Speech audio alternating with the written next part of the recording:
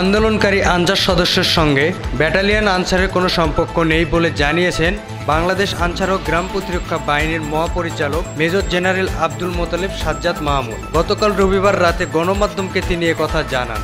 Major general Abdul Motaleb Sajjad Mahmud বলেন, বিশৃঙ্খল আন্দোলনকারীরা অঙ্গীভূত আনসার, যাদের সঙ্গে ব্যাটালিয়ন আনসারের কোনো সম্পর্ক নেই।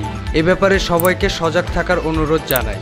এদিকে রবিবার রাতে শিক্ষার্থীদের ধাওয়া মুখে সচিবালয়ের সামনে থেকে পিছু হটেন আনসার সদস্যরা। তারা পোশাক খুলে জিপিও এলাকা দিয়ে পালিয়ে যাওয়ার পর শিক্ষার্থীরা তাদের ফেলে যাওয়া পোশাককে আগুন ধরিয়ে দেন।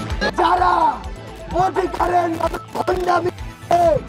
সচিবালয় ব্লকেট করে তারা ওই শকুনদের দালাল।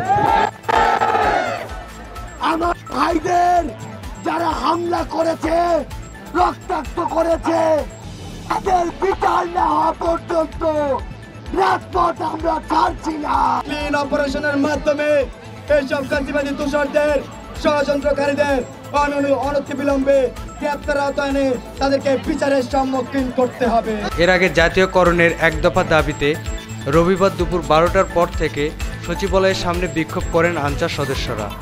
তারা সচিবালয়ের সবগুলো গেট অবরুদ্ধ করে রাখেন, তাই সচিবালয় থেকে কেউ বের হতে কিংবা প্রবেশ করতে পারছিলেন না। সেখানে উপদেষ্টার অবরুদ্ধ করে রাখেন আনসার সদস্যরা। রাত 8:30টার দিকে বৈষম্য বিরোধী ছাত্র আন্দোলনের কয়েকজন ফেসবুক অবরোধের বিষয়টি জানিয়ে পোস্ট দিলে শিক্ষার্থীরা লাঠিসোঁটা নিয়ে ঢাকা বিশ্ববিদ্যালয় থেকে সচিবালয়ের অভিমুখে রওনা হন। এরপর রাত 9:20 দিকে শিক্ষার্থীদের সঙ্গে আনসারদের সংঘর্ষ হয়। দুই পক্ষের মধ্যে ধাওয়া পাল্টা ধাওয়া চলে।